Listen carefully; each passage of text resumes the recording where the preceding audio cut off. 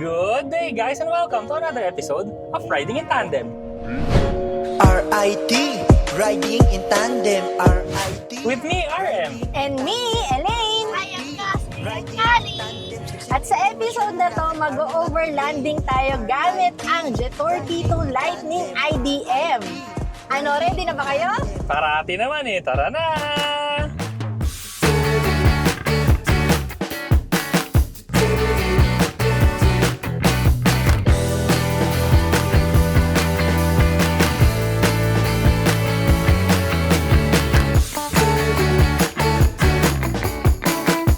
Gamit nga natin ngayon ang Jetour T2 Lightning IDM para mag-overlanding. So napakaganda nito kasi bagay na bagay. Kasi syempre rugged tayo, meron tayong ride height, at ang pinakamaganda dito, meron tayong V2L na mamaya i-demo namin sa inyo pag naka-setup na kami. So ang overlanding setup natin yun, no, medyo mabigat. So ano nga ba yung nilagay sa atin? So, meron tayong tent na nandito sa ibabaw at meron din tayong awning na nilagay. Maliban doon, marami tayong mga gamit na dala na mamaya makikita nyo rin naman. Pero sa ngayon, no, talagang loaded kami. As in, yung bubong loaded, yung likod loaded, yung dito sa gitna loaded, yung dun sa likod loaded. Yung mga paanan pa natin, may mga gamit pa, nasiksikan namin lahat.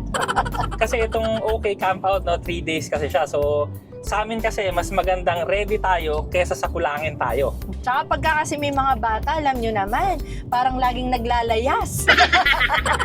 Pero dahil dito ang gamit natin, nagkasya lahat ng gamit natin, at ngayon, no, nasa expressway tayo or nasa city tayo kanina, effortless pa rin yung pag-andar natin. Pero may naririnig siguro kayong konting ngayon. Kasi ano to, no? Yung roof tent kasi natin, no, nasa ibabaw kasi siya. So sa aerodynamics kasi, ganun talaga eh. So kontra siya sa aerodynamics. So First time natin ito mag-overlanding kasama ang mga bagets. First time naming lahat. As a first time family. nila. As a family. As a family. First time natin as a family. Kaya good luck na lang sa ating dalawa. Hopefully wala kaming nakalimutan. Hopefully meron ding sari-sari store doon sa tabi-tabi. Oo, mag-a-adjust tayo. Wala tayong choice. At saka meron tayong mga kapitbahay, no? Shoutout natin. Sila Nata Pro Driver. Kaya kung kinulang kami ng ulam, manghihingi na lang kami sa kanila. Yun yung maganda kasi syempre, bukod din sa kanila, may iba pang mga kasama doon na hindi naman nila first time. So pagka meron tayong hindi nadala, hihingi na lang tayo. Sasagutin muna natin ngayon yung katanungan na baka kasi nasa isip ng iba. So meron kasi itong V2L kasi meron tayong battery dahil nga plug-in hybrid electric vehicle tayo. Kaya nga napakatipid nga natin, no? Umalis tayo ng bahay full EV charge. So ngayon natitira 71% yung EV lang, ha. Nagpa-full tank ako ng gasolina sa entry ng MCX. Ngayon, nako, napaka-konti pa lang ng bawas eh. Parang mga ano pa lang to, 5% pa lang yung nababawas sa gas namin. So, ang nakikita kong range ngayon, 759 kilometers yung natitira. So, napakalaya nito. Isang target din kasi natin, no, ngayon sa lakad natin. Hopefully, itong full tank natin, makauwi rin tayo ng ganyan. Ang IDM technology, no, dalawa kasi yung magpapatakbo ng sasakyan. So, yung gasoline at saka yung kuryente. Baka kasi iniisip nyo, no, syempre, ang layo ng biyahe natin, baka mamaya maubos naman yung charge ng battery. So, wala na tayong gagamitin pagdating dun sa site. So, ganito lang yun. Ito kasing plug-in hybrid, no, yung IDM specifically nitong Jetour T2 Lightning IDM, meron kasi itong option. So, meron siyang EV mode, meron siyang HEV mode, at dun sa loob ng HEV mode, meron siyang smart at saka meron siyang compulsory. So, iba-iba ng gamit yun, no? Kasi ang T2, kung gusto mong makatipid talaga, na tas sa city ka lang naman magdadrive, pinakamaganda, mag-charge ka sa bahay, tapos ang gamitin mo lang EV mode. So, 139 kilometers naman yung pwede niyang tahakin, malayo na yon. Actually, yun yung ginagawa namin palagi. Kaya matipid na patipid kami sa gasolina. Yung gasolina nga namin, no, minsan ilang buwan. Hindi ko na matanda kung kailan tayo huling nagpagasolina before. Yun na lang yung ano, hindi na namin matandaan. Ay, kanina nagpagas tayo. Hindi, yung before Yung before nun, hindi ko na rin matandaan. Pero tansya ko siguro mga 3 months bago kami magpagas. Basta charge ka ng charge. So, tapos na tayo sa EV mode, no? Sa HEV mode nito, yung hybrid electrical vehicle mode, meron siyang dalawang option. So, smart siya compulsory. So, para saan naman yung dalawa na yon?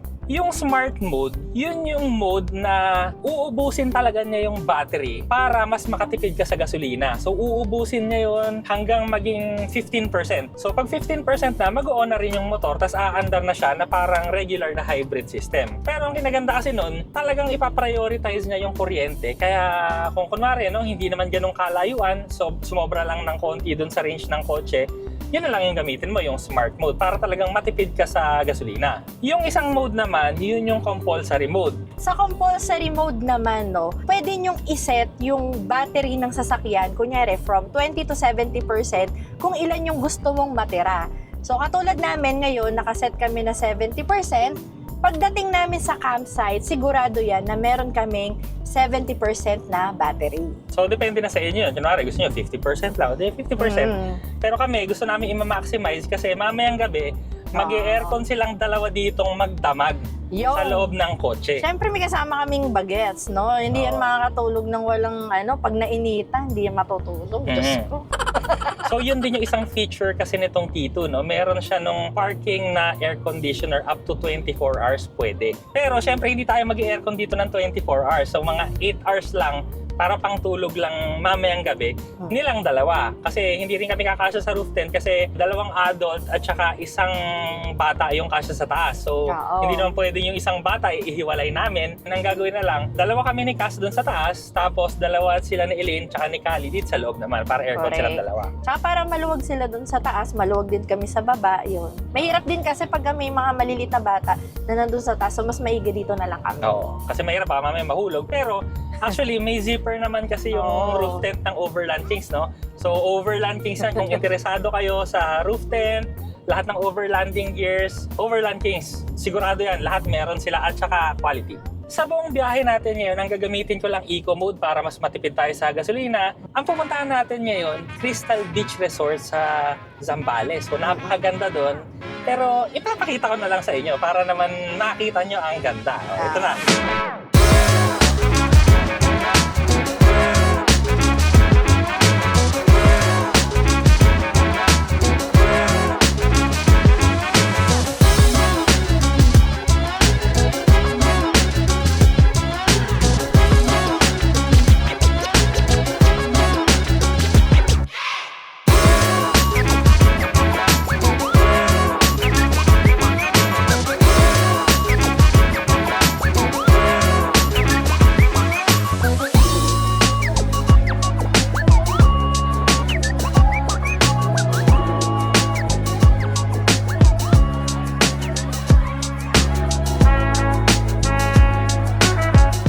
Ito na mga katandem ang ating overlanding setup. So, ang daming nangyayari dito, no? May mga activities doon, may swimming pool doon, maraming mga display na sasakyan, may kape doon, maraming pangyayari dito. Kaya kung ako sa inyo, no, kung hindi kayo nakapunta dito ngayon, next year na lang ulit.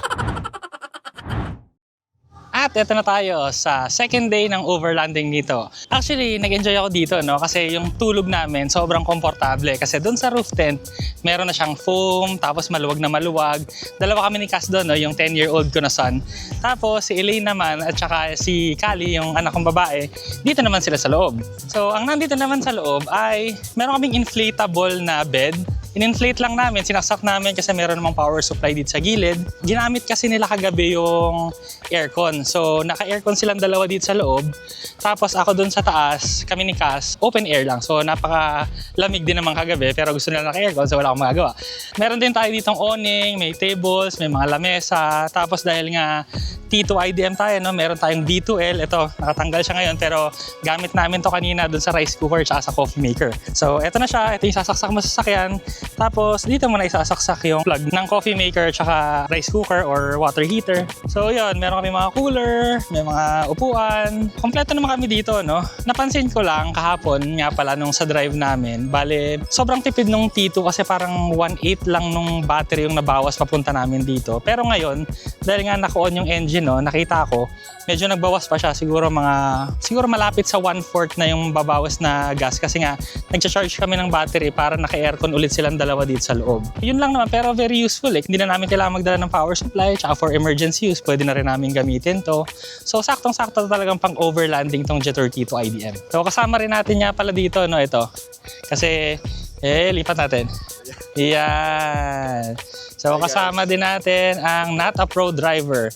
Please subscribe sa kanilang channel din. Thanks, So, Parts, ano naman ang ginawa nyo ba dito sa setup nyo? So same lang din, katulad na sa'yo, meron siyang tent na may awning. Pero yung awning ko, mas shorter. Hindi yung yung pagbukas, halos same no? Oo. Pero yung length ng bar mismo, mas shorter siya. Yung sa tent naman is soft top yung tawag nila. Yeah, soft top yung tawag nila. Unlike yung kila parts, hard top. So meron siyang lona na nakalagay, which is okay lang. I mean, parang may 2 steps lang doon sa pag-unzip and everything. Pero halos same lang this setup. So, everything good. Provided by Overland Kings pala ulit. So, thank you sa Overland Kings. Thank you. Actually, sa amin nga rin pala Overland Kings. So, kung kailangan nyo ng accessories ng Overland Kings dito. Ayun, tapos pare, nagustuhan ko yung mo. Yung may mga LED ka pala dito na yung ilaw mo pang gabi. Ano ba tawag yan? Ilaw. Sorry, fairy light siya. Okay. Pero hindi siya Christmas lights pero fairy. Si Mami, kita nyo naman yung upuan nila, no? Hindi basta-bastang upuan. Pang boss.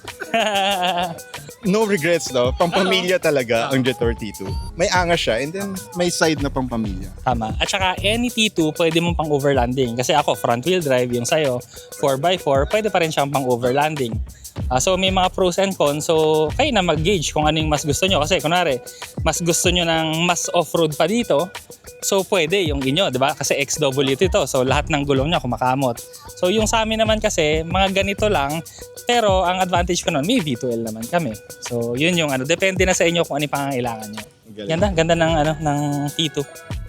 So nakita nyo na kung anong meron dito sa overlanding, no? So kung gusto nyo rin ng ganito, pwede kayong kumuha niya, no? Jetor T2 or yung T1 kanina, pinakita ko rin naman sa video.